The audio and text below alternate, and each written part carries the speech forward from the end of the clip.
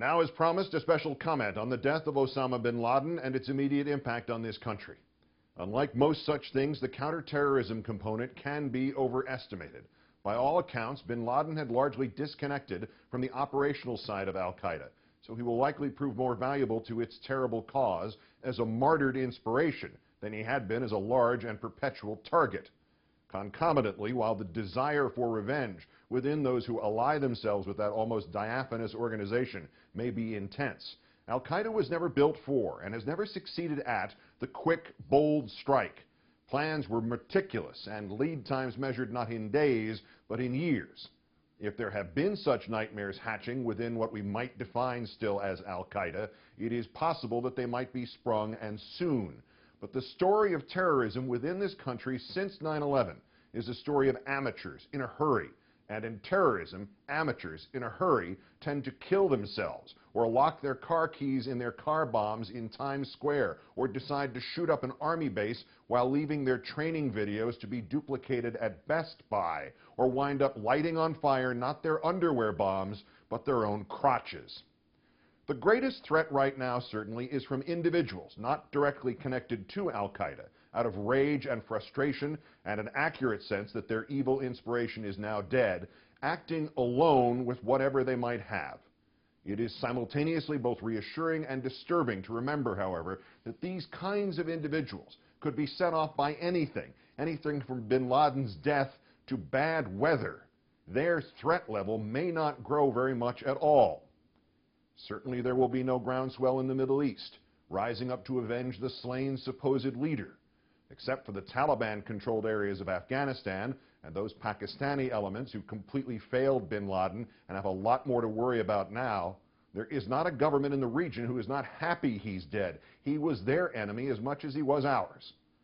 And curious, was it not, that as the uprisings of 2011 unfolded in Egypt, in Libya, in Tunisia, in Syria, in Yemen, not only did none of those who sought change invoke bin Laden or al-Qaeda as symbols or inspirations, but the fact that they ignored a terror group that also sought to overthrow these very same governments was not even a part of the public discussion, there or here.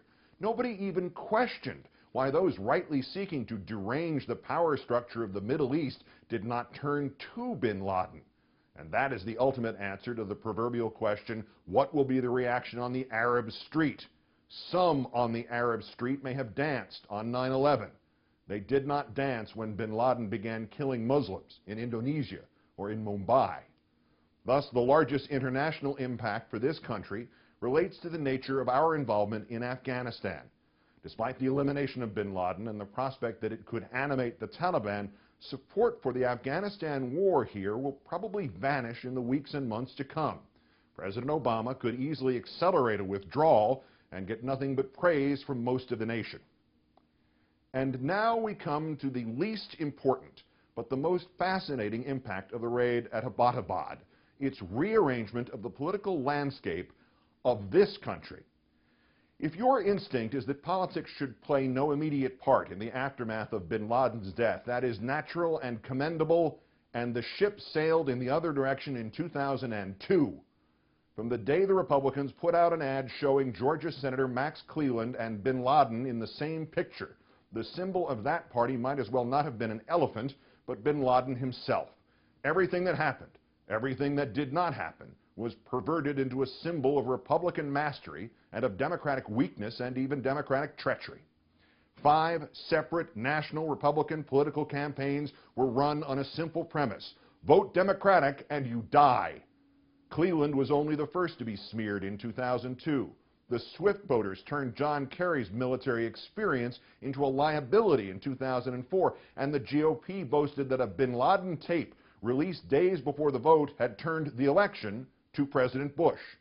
The 2006 midterms were run on the GOP premise that Bush had kept us safe, conveniently ignoring that it was on his watch that the nightmare of 9/11 unfolded.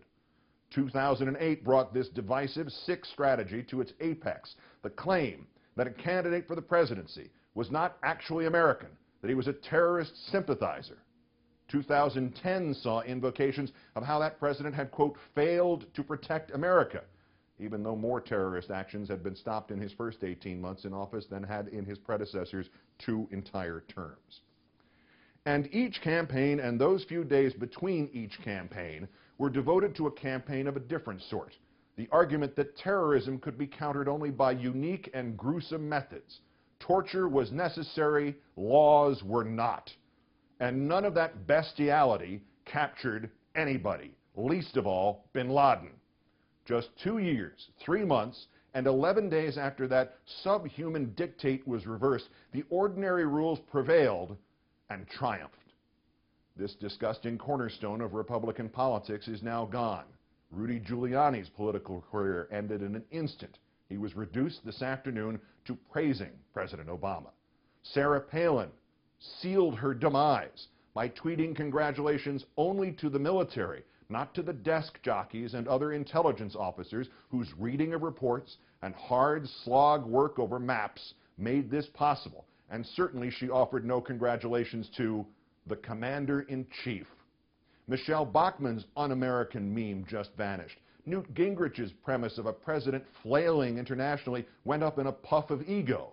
The Peter King hearings in the House, the ones with that thin veneer of studying Muslim extremism, masking the true goal of smearing Obama's counter-terror efforts, it'll be a surprise if anybody but Rupert Murdoch even sends a reporter now. Even the immediate fallback, the Republican default about all this, that Barack Obama simply finished what George Bush had started, collapses with the addition of just one fact that the Republicans themselves so gleefully and viciously trotted out in 2006 and 2007. Namely, the hunt for bin Laden did not begin with President Bush. It began with President Clinton. It began with a Democratic president, and it has ended with a Democratic president.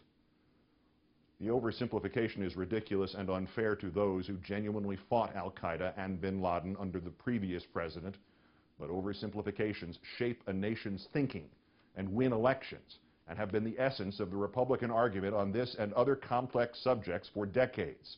And there is right now only one oversimplification that matters anymore. Barack Obama got Osama bin Laden, and every other political calculation, every strategy that suggests democratic weakness or liberal uncertainty or an Obama half-hearted in his defense of this nation is of an instant gone. These arguments are worse than laughable, worse than stupid, worse than bankrupt. These arguments are today as dead as bin Laden. Good night and good luck.